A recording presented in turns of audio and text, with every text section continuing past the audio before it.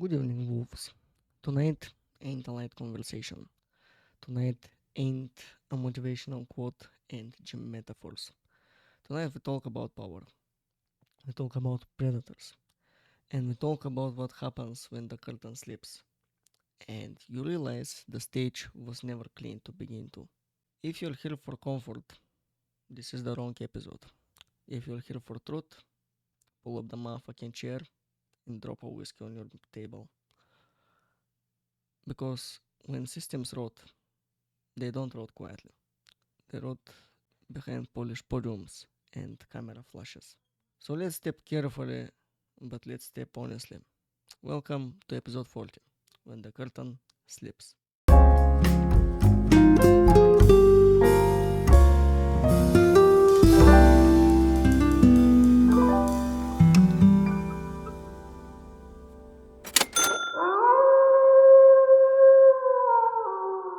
Let's start with something that shook the illusion of untouchable power.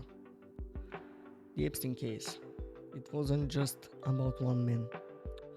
It was about a network, about access, about silence. A convicted sex offender with private island, political connections, celebrities, financiers, and a debt that raised more questions than answers. And here's the part that matters. It wasn't the conspiracy that shocked people. It was the realization that corruption at high levels isn't fiction. Power protects power, and when institutions hesitate to hold their own accountable, trust erodes. Child trafficking is not a conspiracy theory. It is a documented global crime problem. It exists. It thrives in shadows. It survives because money and influence can slow investigation, bury stories, intimidate witnesses. But here's where we must stay disciplined. The truth isn't the world is controlled by monsters. The truth is more complicated and more dangerous. That's why people die. The truth is that systems are built by humans. Humans are flawed. And when unchecked power meets secrecy, exploitation finds oxygen. Predators don't need to control the whole world. They just need protection from exposure. That's the deeper fear people feel. Not that evil exists. We've always known that. Let's be honest. But that institution we trusted might not be as clean as we were told. And when denial kicks in, what happens? People shut down. People distract themselves. People argue about politics instead of protecting children. The real danger isn't awareness, it's apathy. And if there's one thing predators rely on, it's distraction. And that's exactly what happens now. Now let's talk about labels. My favorite team. For years, anyone questioning powerful networks, intelligence agencies, financial elites got one word stamped on their forehead. Crazy, tinfoil, delusional, conspiracy theorist. And sure, some theories are wild, some claims are reckless. But here's the uncomfortable truth. Throughout history, some conspiracies turn out to be documented operations. As we see now on the internet, governments have lied before, corporations have covered up before, media narratives have shifted when inconvenient facts surfaced. Skepticism is not insanity. But here's the balance. Skepticism without evidence becomes paranoia. Blind trust without questioning becomes submission. The mature position is not everything is fake. The mature position is question responsibly, demand evidence, stay calm, and avoid hysteria. The system doesn't fear people who scream online.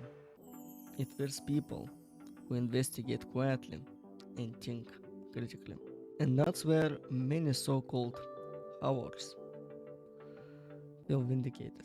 Not because they were right about everything, but because blind trust is no longer fashionable. We've entered an era where institutional credibility is fragile. But here's the trap. Don't let justified skepticism turn it into identity addiction. You're not smarter because you distrust everything. You are not enlightened because you assume the worst. Critical thinking is not personality, it's discipline. Now let's zoom out and let me ask you a question. The scariest thing in modern society is exactly what? It's not prison, it's not poverty, it's not even death. It's public humiliation. People are terrified of being labeled, of being mocked, of being screenshot and shared or get photographed somewhere. And because of that fear, they stay quiet. They conform. They nod along. But here's where I stand. If your integrity is intact, humiliation is temporary. If your conscience is clean, mockery is just noise. You can call me crazy. You can call me paranoid. You can call me maybe dramatic. But yes, that's me. Because if I believe in God, in my values, in truth, your opinion is not my judge. The crowd has been wrong many times in history. And progress didn't start with popularity. It started with someone willing to be uncomfortable. Public humiliation loses power when you stop worshipping reputation. And here's the final twist. The system doesn't control you through chains. It controls you through fear of being socially exiled. Break that fear, and you become harder to manipulate. Think about that. So here's the howl of the week.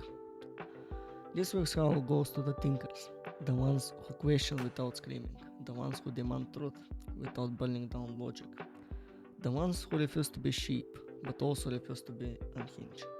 Stay grounded, stay sharp, stay disciplined, and don't become what you criticize. As they say, stay hero for long and you will become the villain. Be strong enough to stand alone and wise enough to know when to listen.